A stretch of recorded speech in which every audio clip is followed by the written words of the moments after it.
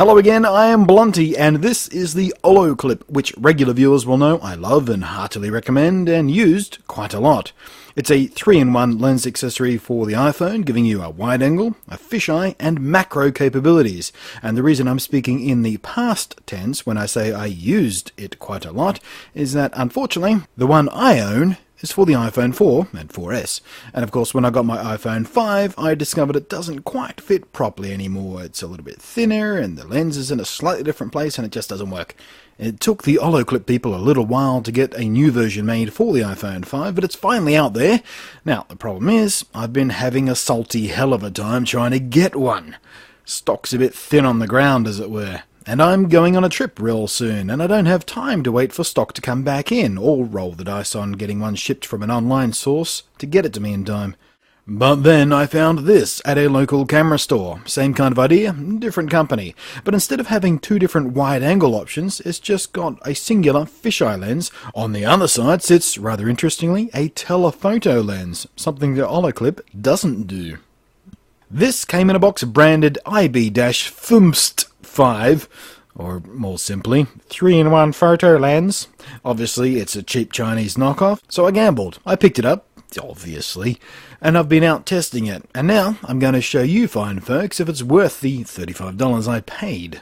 So let's start by giving you an idea about how these lenses affect the angle of view. Here's the iPhone 5's native lens without any attachments. Standing in precisely the same spot, popping the fisheye over it will give you this.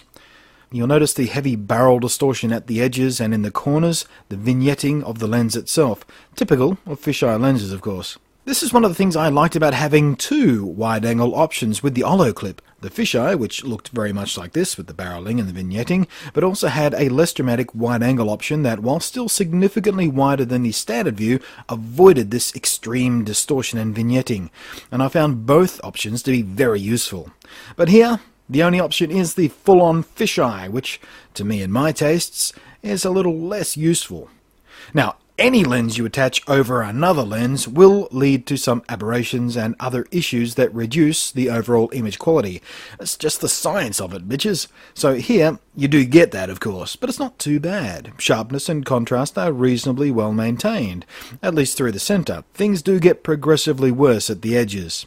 And on some subjects you will still get some colour fringing throughout, but I've seen worse.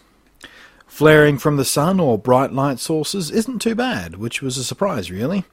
So, you do make a compromise on your image quality to a relatively small extent, but what you get in return are some very useful creative options. Both the fisheye and the telephoto offer up much more dramatic viewpoints than the stock focal length.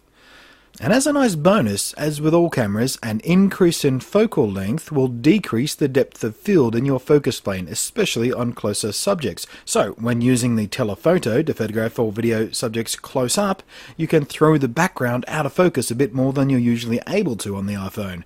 It's not super dramatic, nobody's going to mistake it for a DSLR or anything, but it does give you more tools in your utility belt of creativity, and that's always a neat thing to have. Unfortunately, the macro lens, revealed just as it is with the Olloclip by unscrewing the wide-angle lens, is a bit of a disappointment. It focuses way too close. To get anything in focus at all, you have to be right up against it, which means the shadow of the phone itself will very often intrude onto your subject. And this also makes the depth of field so narrow it's near impossible to use for any practical purpose in the wild. The macro on the Olloclip is vastly superior in every respect. It's more useful, it's clearer, it's sharper, it's just better all over. And just to show you, here's a macro shot from the Olloclip. In video mode, the fisheye becomes more useful, as the normal slight sensor crop the iPhone uses in video mode and the widescreen aspect ratio both combine to cut off the worst of the barrel distortion and minimize vignetting. Although, as you can see, the lens itself isn't very precisely aligned, meaning one edge intrudes more into the frame than the other, and I suspect the severity of this particular issue will vary from unit to unit thanks to the less than brilliant quality of the injection molded frame holding the lenses in place. And once more, the Olloclip, manufactured to much higher standards and tolerances out of better materials, just didn't have this issue.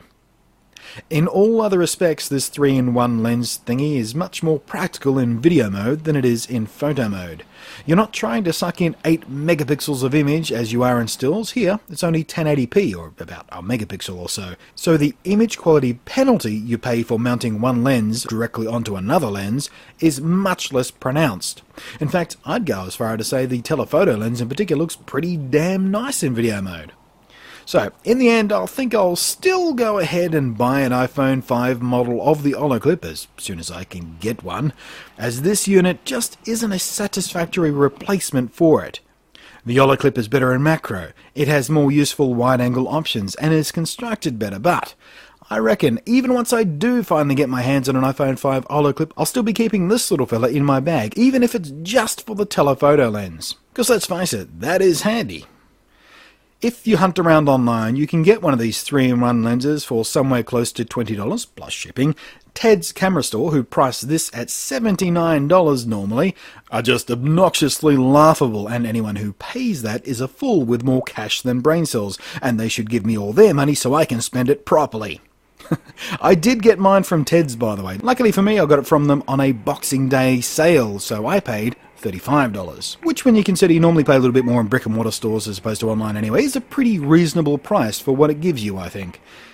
Especially if you're like me and don't want to risk an unpredictable shipping time from a cheaper Chinese sources because you got to go on a trip and you want the thing for the trip.